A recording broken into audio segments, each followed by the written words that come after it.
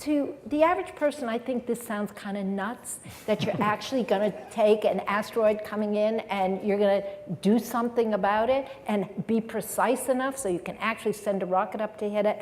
But we've done it before, right? Yeah, not once, but many technologies. times. Yeah, so can you just quickly describe those the Deep Impact missions? mission, we impacted that comet at 83 million miles. It was almost out at Mars orbit. So we definitely have the technology to do that kind of thing. You know, we have the technology with for instance, the Cassini mission.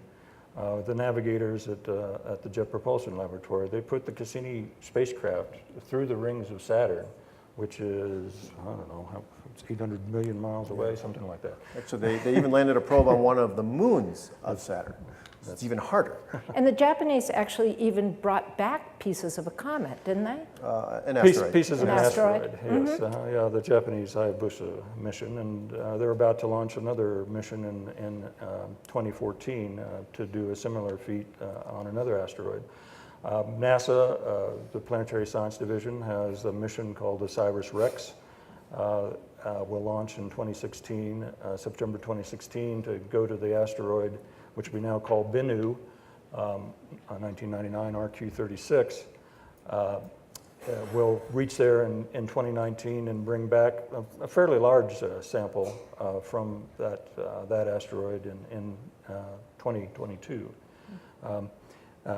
But this is the kind of thing where you got to think in years. You know, this is not something that, you know, next year things are going to happen. This is a legacy project. This will take many administrations, constant or will if from, we can from many complete our administrations. funding, we'll do it, and we'll be launched in 5 years. So we hear sometimes about using That's a nuclear still a couple weapon to administrations. actually destroy the asteroid. What about that? Why would we destroying have it? to do that? In general, it's a lot harder than it sounds because they're big. And depending upon how close that is to the Earth, that may or may not be a good idea because where the pieces go is a little bit uncontrolled. And in general, it's actually easier to deflect an asteroid. So that's not even on the agenda. Well, I wouldn't say that because until we know where all the hazardous asteroids are, we always stand the risk of being surprised by one that we didn't pick up enough years in advance.